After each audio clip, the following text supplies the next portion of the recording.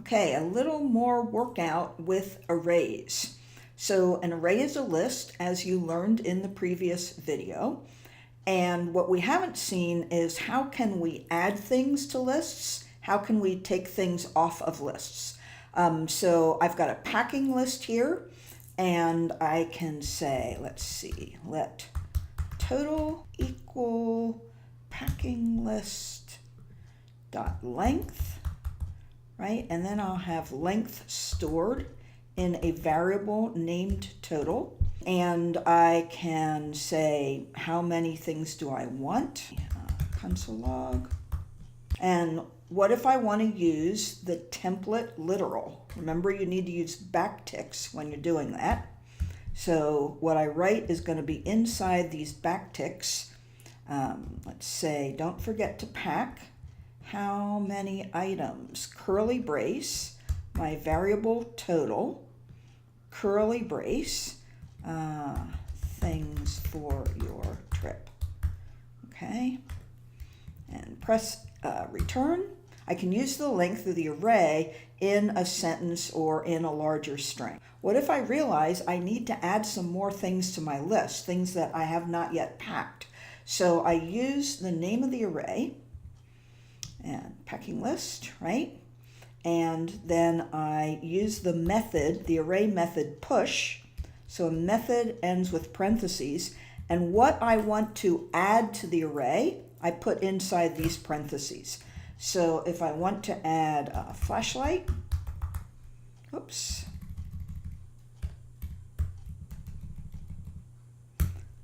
quotes, because it's a string, right? And it actually gives me a number back in the console telling me now there's 4 things in your array.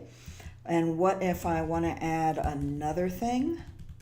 Let's say batteries for the flashlight. All right, and if I console log the array itself,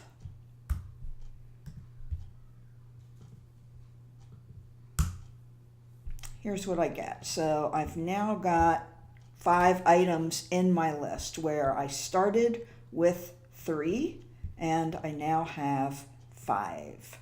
All right, what if I realize, well, I actually don't need batteries? If I don't need batteries at all, that's the thing on the end, and so I can pop that off with a different method. We saw the method push. Now I'm going to use the method pop. Let's clear the console. So I'm going to say packing list pop, pop, with parentheses, because it's a method. It has to have the parentheses even though they're empty.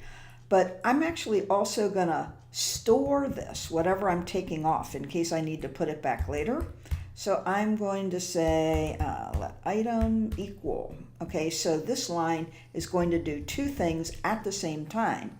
It's going to remove the final item from the list, and it's going to store that item, whatever it is, in the new variable item.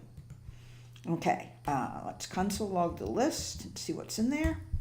All right, so now we have 4 items, and none of them are batteries, which was our last item.